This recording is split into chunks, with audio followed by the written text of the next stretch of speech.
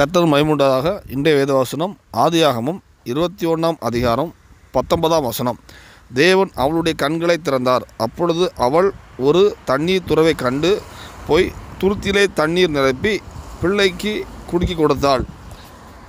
இந்த வசனத்தை பார்ப்போம்னா, தேவன் அவளோட கண்ணை திறக்கும்போது, அவள் தண்ணி இல்லாமல் வண்ணாந்து தளைஞ்சிட்டு இருக்கும்போது, ஆண்டவரேன்னு கேட்கும்போது தேவன் அவள் கண்ணை திறந்தார்னு தான் இருக்குது. கண்ணை திறந்தார், துறவை தண்ணி குடித்தார். அப்போது நம்முடைய வாழ்க்கையில் நம்ம அநேக கஷ்டத்தில் நமக்கு இருப்போம்.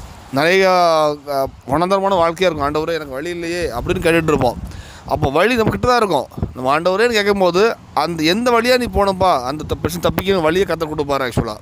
ஸோ நம்மளும் நம்மளுடைய வாழ்க்கையில் எவ்வளோ தான் பிரச்சனை இருந்தாலும், நம்ம எந்த பிரச்சனை இருந்தாலுமே நம்ம அழாதுங்கன்னு சொன்னோமோ அழாமல் இருக்க முடியாது. தனிப்பட்ட முறையில் ஒவ்வொரு பிரச்சனை ஒரு மாதிரி இருக்கும். இருந்தாலும் அந்த எந்த வழியாக போனோம்ப்பா, இடது பக்கம் என்ன பண்ணோம்ப்பான்னு நீங்கள் ஆண்டவரேன்னு கேட்டிங்கன்னா, ஆகாருக்கு கண்களை திறந்து துறவை கொடுத்துருக்க தேவன் உங்களுக்கும் கண்களை திறந்து நீங்கள் எந்த பிரச்சனை இருக்கீங்களோ அதில் தப்பித்துக்கொள்ளாத வழியை உங்களுக்கு கொடுப்பார். எல்லாம் தேவ கிருபை செய்வாராக. ஆமென்.